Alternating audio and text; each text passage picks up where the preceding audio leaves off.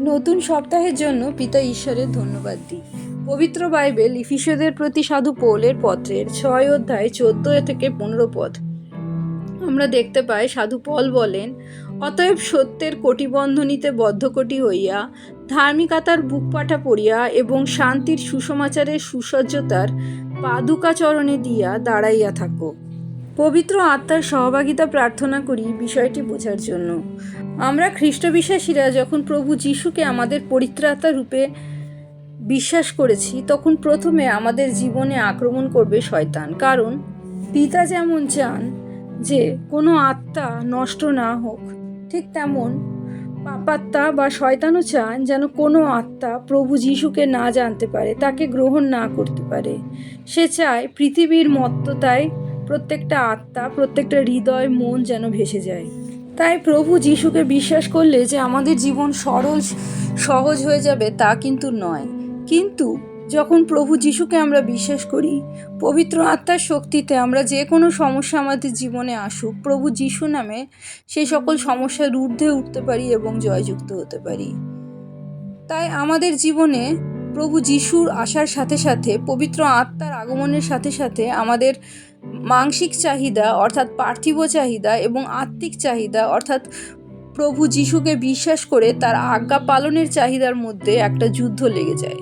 আর সেই যুদ্ধে আমাদের যে অস্ত্রশস্ত্রগুলি আমরা ব্যবহার করি তা এইরকম। সাধু পল বলেন, অতএব সত্যের কটিবন্ধনীতে বদ্ধকটি হইয়া, অর্থাৎ আমাদের কোমর বেঁধে নিতে হবে সত্যে।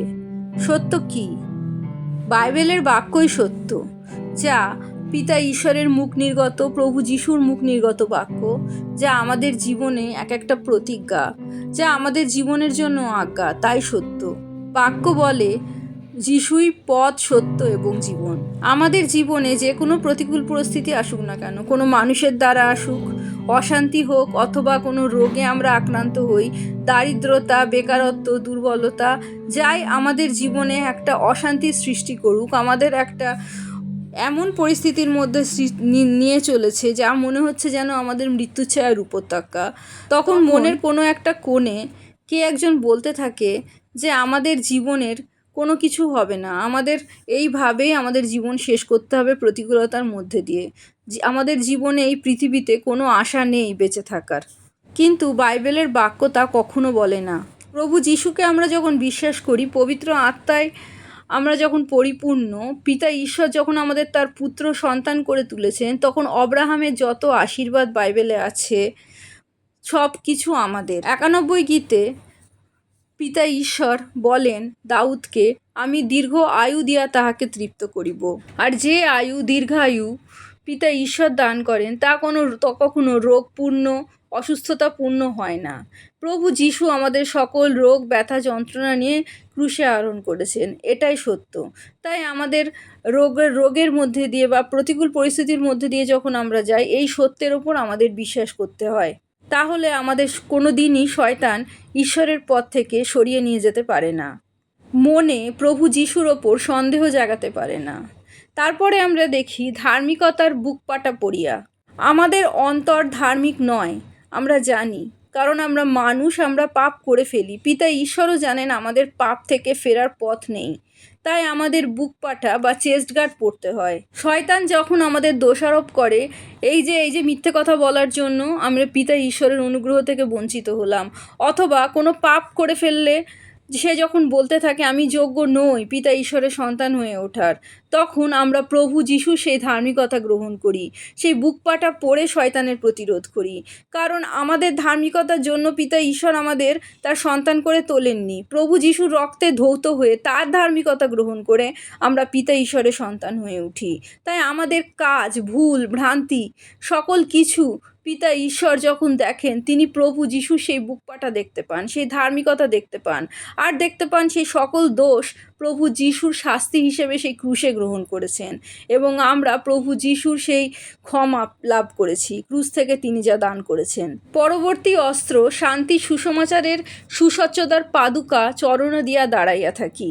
প্রভু যিশু যে সুসমাচার দান করেছিলেন, যে তিনি সকল মানব জাতির পাপ গ্রহণ করে ক্রুশে আরোহণ করেছেন, যারা তাকে পরিত্রাতা রূপে বিশ্বাস করে, এবং তারা প্রত্যেকে পিতা ঈশ্বরের কাছে ফেরার পথ পাবে।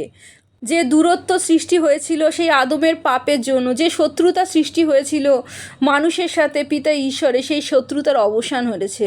শান্তি সুসমাচার তাই যা মানুষকে তাদের পিতার সাথে, পিতা ঈশ্বরের সাথে মেলানোর সুযোগ করে দেয়। প্রভু যিশুই সেই শান্তির সুসমাচার। আমরা পবিত্র আত্মার সহভাগিতায়, অনুপ্রেরণায় আমাদের ভেতরে তিনি যে ইচ্ছা জাগান, তার মাধ্যমে আমরা পাপ থেকে আস্তে আস্তে ওপরে উঠতে পারি। কিন্তু প্রভু যিশু আমাদের সকল পাপের ক্ষমা। তাই আমরা যখন চলতে ফিরতে ভুল করে ফেলি, যেমন বাক্য বলে ধার্মিক 7 বার পড়বে এবং তারপরেও সে উঠবে, সেই ভুল করার সাথে সাথে আমাদের চারদিকে পাপাত্মা, শয়তান, পার্থিব মানুষজন বলতে থাকে যে এই ব্যবহারের মাধ্যমে বা এই পাপ জীবনের মাধ্যমে আমরা পিতা ঈশ্বরের সন্তান হয়ে উঠতে পারি না। তখন বাইবেলের বাক্য, সেই শান্তি সুসমাচারের মাধ্যমে আমরা জানতে পারি আমরা প্রভু যিশুতে যতদিন দাঁড়িয়ে আছি তখন আমরা পিতা ঈশ্বরই সন্তান। তাকে যখনই বিশ্বাস করছি তার ধার্মিকতায় আমরা পিতা ঈশ্বরের সন্তান হয়ে উঠি, তার অনন্ত জীবন লাভ করি।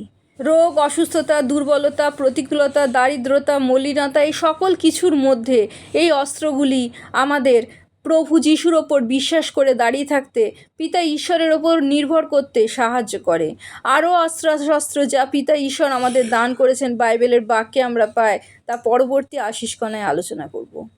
প্রভু যিশুর জয় হোক।